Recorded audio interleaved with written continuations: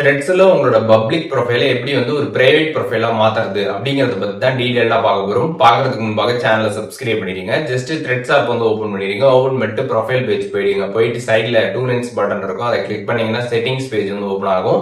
அதுல பிரைவசி அப்படிங்கிற ஒரு ஆப்ஷன் இருக்கும். அந்த ஆப்ஷன் கிளிக் பண்ணிட்டு பிரைவேட் அக்கௌண்ட் கொடுத்துருப்பாங்க. அதை கிளிக் பண்ணிடுங்க. அதை கிளிக் பண்ணதுமே இந்த பிரைவேட் அக்கௌண்ட் பாத்தீங்கன்னா அது ஆஃப்ல இருக்கும். அதை கிளிக் பண்ணி ஆன் பண்ணுங்க.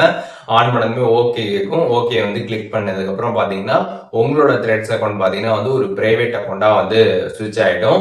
இந்த மாதிரி பிரைவேட் அக்கௌண்டா வந்து மாறிடுச்சு அப்படின்னா இனிமேட்டு வந்து உங்களை யாராச்சும் வந்து ஃபாலோ பண்றாங்க அப்படின்னா அவங்க யாரு என்னன்றதை தெரிஞ்சுக்கிட்டு அதுக்கப்புறம் நீங்க அக்செப்ட் கொடுக்கலாம்.